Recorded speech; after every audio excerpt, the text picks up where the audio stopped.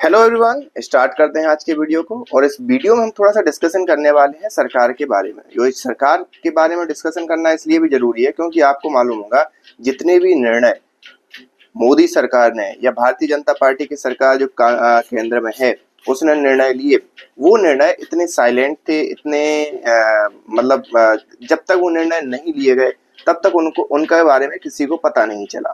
और ये 2014 के बाद कोई भी पत्रकार हो, कोई भी बड़ा न्यूज चैनल हो, ये कयास नहीं लगा सकता कि आखिरकार ये इस गवर्नमेंट में होने क्या वाला है।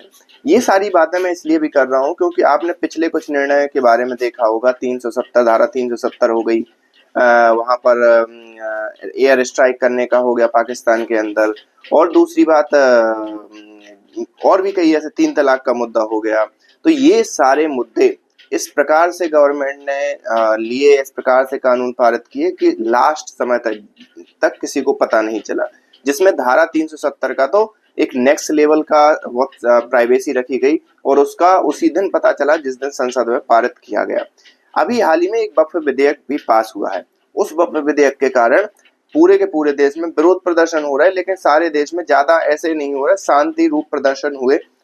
कहीं पर ब्लैक पट्टी लगाई गई, कहीं पर अलग अलग प्रकार से उन्होंने मुस्लिम संगठनों ने, जो कि वक्फ बिल के समर्थन में है, क्योंकि मैं क्यों बोल रहा हूँ कि जो वक्फ बिल के समर्थन में नहीं है, क्योंकि कई ऐसे संगठन भी हैं जो वक्फ बिल का समर्थन भी, मुस्लिम संगठन की ही बात कर रहा हूँ, मुस्लिम लोगों की ही बात कर रहा हूँ जो वक्फ बिल का समर्थन भी करते हैं। उनके अपने कारण हैं, उनकी अपनी परेशानियां हैं और किस प्रकार से वो त्रस्त हुए, तो ये एक अलग मुद्दा है। तो मैं क्या बोल रहा था कि विरोध प्रदर्शन हुए, लेकिन पश्चिम बंगाल के मुर्शिदाबाद का जो विरोध प्रदर्शन हुआ वो एक प्रकार से ऐसा विरोध प्रदर्शन था कि इस्लामिक राष्ट्र हो या फिर बांग्लादेश हो। क्यों मैं इसे बोल रहा हूँ? क्योंकि वहां पर चुन चुन कर हिंदुओं को वहां से भगाया गया, उनकी महिलाओं के साथ जबरदस्ती की गई। अभी ऐसे एक रेप और इस प्रकार की घटना तो नहीं निकल कर सामने आई, लेकिन जो वक्तव्य सामने आए हैं वो इस प्रकार से हैं कि आप मेरे साथ चलो। महिलाओं से वहां के लोगों ने कहा जो उपद्रव कर रहे थे, आप मेरे साथ चलो, मैं आपके पति को छोड़ दूंगा। ये सारी चीजें इस प्रकार से दर्शाती हैं कि आखिरकार आप इंडिया के अंदर ही एक इंडिया के संविधान को मानते हुए कैसे कर सकते हो ये सारी चीजें, इतना उत्पात कैसे मचा सकते हो, वो भी 2025 में, जहां पर सोशल मीडिया, प्रिंट मीडिया और सभी प्रकार के ऐसे संसाधन है कि हमें पल पल की खबर विद इन सेकंड मालूम चल जाती है। अब जैसे ये घटना हुई, वक्फ बिल के विरोध में ये घटना हुई, वहां पर हिंदुओं के घरों को उजाड़ा गया, तो एक पूरे देश में एक सहमति बन रही है और बनने लगी है कि आखिरकार केंद्र सरकार को ये क्या हो गया है कि वहां पर इतना सब होने के बाद भी राष्ट्रपति शासन नहीं लगा रहे हैं।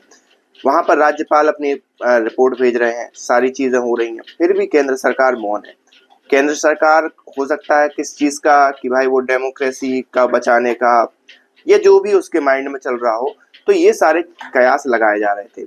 लेकिन अभी पिछले 7 दिन से या पिछले 2-3 दिन से जो गवर्नमेंट ने अपनी इंपॉर्टेंट मीटिंग्स को कैंसिल किया, उन मीटिंग्स को कैंसिल होने का एक प्रकार से जम्मू कश्मीर का दौरा भी था प्रधानमंत्री का जी का, वो भी कैंसिल हुआ। ये सारी चीजें इस प्रकार से दर्शाती हैं कि आखिरकार कुछ तो ऐसा है कि जो हमें आगे आने वाले समय में पता चलने वाला है। क्या है ये कोई कयास नहीं लगाया जा सकता, लेकिन अभी हाल फिलहाल में अगर मैं कहूँ तो मुझे लग रहा है कि राष्ट्रपति शासन की तैयारियां चल रही हैं पश्चिम बंगाल के अंदर, क्योंकि वहां पर बहुत ही खराब हालात हैं।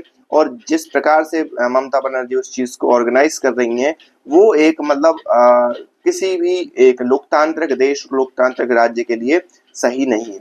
आप इस बारे में क्या सोचते हैं? आप हमें कमेंट करके बताइए। मिलते हैं नेक्स्ट वीडियो में, तब तक के लिए थैंक यू।